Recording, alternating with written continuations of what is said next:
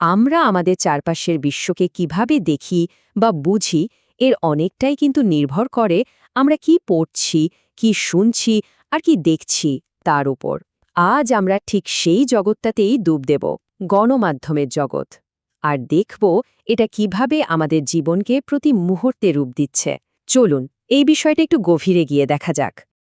কখনো কি ভেবে দেখেছেন, ঘুম থেকে উঠে খবরের কাগজটা হাতে নেওয়া থেকে শুরু করে রাস্তায় চলতে চলতে গান শোনা বা রাতে শুয়ে একটা সিনেমা দেখা পর্যন্ত, আমরা আসলে সারাক্ষণ একটা তথ্যের মহাসমুদ্রে ভেসে থাকি। কিন্তু এই বিশাল সমুদ্রটা তৈরি করছে কারা? এর পিছনে শক্তিটাই বা কি? এই পুরো ব্যাপারটার পেছনে কিন্তু একটা মূল ধারণা কাজ করে, যাকে বলা হয় গণযোগাযোগ। খুব সহজ করে বললে এটা হলো এমন একটা প্রক্রিয়া যেখানে প্রযুক্তি ব্যবহার করে একসঙ্গে লক্ষ লক্ষ মানুষের কাছে কোনো একটা বার্তা পৌঁছে দেওয়া হয়।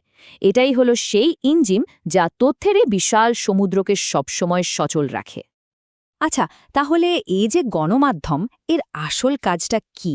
এটা আমাদের সমাজের জন্য এত গুরুত্বপূর্ণ কেন?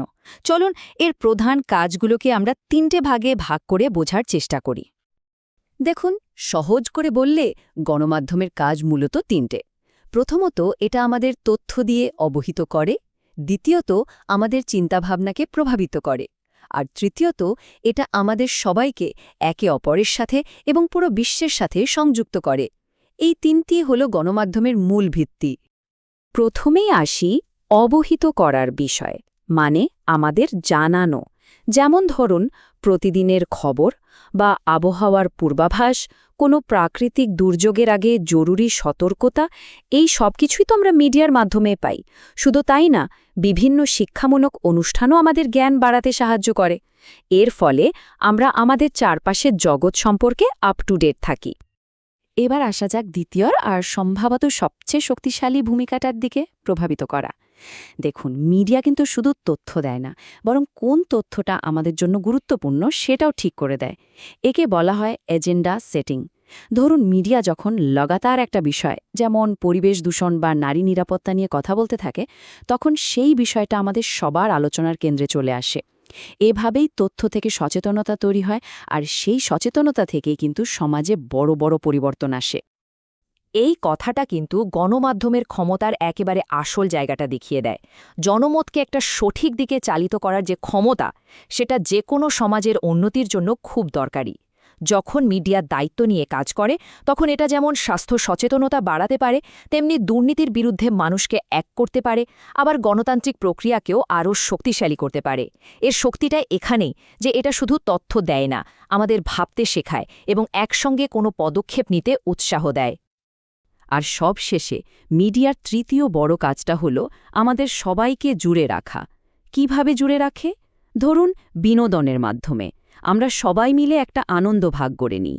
সংস্কৃতির আদান প্রদান হয়। বিজ্ঞাপনের মাধ্যমে ব্যবসা বাণিজ্য বাড়ে। আর সোশ্যাল মিডিয়ার যুগে তো আমরা সারাক্ষণই একে অপরের সাথে যুক্ত। মিডিয়া যেন একটা অদৃশ্য সুতো দিয়ে আমাদের সবাইকে বেঁধে রেখেছে। আমরা তো বুঝলাম মিডিয়া কি কি করে, কিন্তু প্রশ্নটা হলো, এই যে এত তথ্য, এত বার্তা, এগুলো আমাদের কাছে পৌঁছায় কিভাবে? চলুন এবার সেই পথগুলো একটু চিনে নেওয়া যাক। দেখুন, সময়ের সাথে সাথে কিন্তু এই মাধ্যমগুলো অনেক পাল্টে গেছে। একদম শুরুতে ছিল ছাপা মাধ্যম, মানে সংবাদপত্র বা বই। এরপর এলো রেডিও আর টেলিভিশনের যুগ, মানে বৈদ্যুতিন মাধ্যম। আর এখন তো আমরা বাস করছি ডিজিটাল মিডিয়ার যুগে, যা আমাদের আঙুলের ডগায় পুরো বিশ্বকে এনে দিয়েছে। এখানে মাধ্যমগুলোর মধ্যেই একটা দারুণ তুলনা দেখা যাচ্ছে। একদিকে ছাপা মাধ্যম, যেটা হয়তো একটু ধীর, কিন্তু এর একটা আলাদা স্থায়িত্ব আছে, তাই না? একটা বই বা পত্রিকা তো বছরের পর বছর টিকে থাকতে পারে। অন্যদিকে ডিজিটাল মিডিয়া হলো একদম তাৎক্ষণিক, মুহূর্তের মধ্যে সারা বিশ্বে ছড়িয়ে পড়ে। কিন্তু এখানকার তথ্য ততটাই পরিবর্তনশীল। আসলে প্রত্যেকটা মাধ্যমেরই নিজস্ব শক্তি আর দুর্বলতা আছে। আর এখনকার যুগে তো ডিজিটাল মিডিয়াই রাজা, তাই না? সোশ্যাল মিডিয়া, নানা রকম ভিডিও প্ল্যাটফর্ম, ওয়েবসাইট, ব্লগ, এখন তো এসবই আমাদের তথ্যের প্রধান জায়গা। বিশেষ করে ইউটিউব বা ফেসবুকের মতো প্ল্যাটফর্মগুলো যেভাবে খবর আর বিনোদনকে এক করে দিয়েছে, তা আগে কখনো ভাবাই যেত না। তবে একটা জিনিস মনে রাখতে হবে, সব মাধ্যমই কিন্তু ডিজিটাল না। যেমন ধরুন রাস্তার বড় বড় বিলবোর্ড বা পোস্টারগুলো, এগুলোকে বলে বাইরের মিডিয়া। এগুলোও কিন্তু গণযোগাযোগের একটা বড় অংশ। আবার ধরুন মিটিং বা সেমিনারের মতো সরাসরি যোগাযোগের মাধ্যমও আছে, যা একটা নির্দিষ্ট গোষ্ঠীর কাছে বার্তা পৌঁছানোর জন্য খুব কার্যকর। আচ্ছা, এতক্ষণ তো আমরা গণমাধ্যম নিয়ে অনেক কথাই বললাম, কিন্তু এই যে বিশাল একটা তথ্যের স্রোত, এর মধ্যে আমাদের নিজেদের ভূমিকাটা ঠিক কি? এই তথ্যযুগে আমাদেরও কিন্তু কিছু দায়িত্ব আছে। সবচেয়ে বড় কথাটা হলো, গণমাধ্যম কিন্তু শুধু একটা প্রযুক্তি না, এটা আমাদের সমাজের একটা অংশ। এমন একটা অংশ যা আমাদের ভাবনা চিন্তাকে প্রতিনিয়ত প্রভাবিত করছে। আগে যেমন সংবাদ মাধ্যমগুলো তথ্যের গেটকিপার বা দ্বাররক্ষীর মতো কাজ করত, এখন ডিজিটাল যুগে সেই দরজাটা প্রায় সবার জন্য খোলা। এর ফলে যেমন তথ্যের অবাধ প্রবাহ বেড়েছে, তেমনি ভুল তথ্য বা মিসইনফরমেশন ছড়িয়ে পড়ার ঝুঁকিও কিন্তু অনেক বেড়ে গেছে। তাই মিডিয়াকে দায়িত্বের সাথে ব্যবহার করাটা এখন আগের চেয়েও অনেক বেশি জরুরি। তাহলে দিনের শেষে প্রশ্নটা কিন্তু এটাই দাঁড়াচ্ছে, তথ্যের এই যুগে একজন সচেতন পাঠক বা দর্শক হিসেবে আমাদের আসল দায়িত্বটা কি? কোন তথ্যটা আমরা নেব, কোনটা যাচাই করব, আর কোনটা এড়িয়ে যাব, এই সিদ্ধান্ত নেওয়ার ক্ষমতাই হয়তো আজকের দিনের সবচেয়ে বড় শক্তি। এই বিষয়টি নিয়ে ভাবার অবকাশ রইল।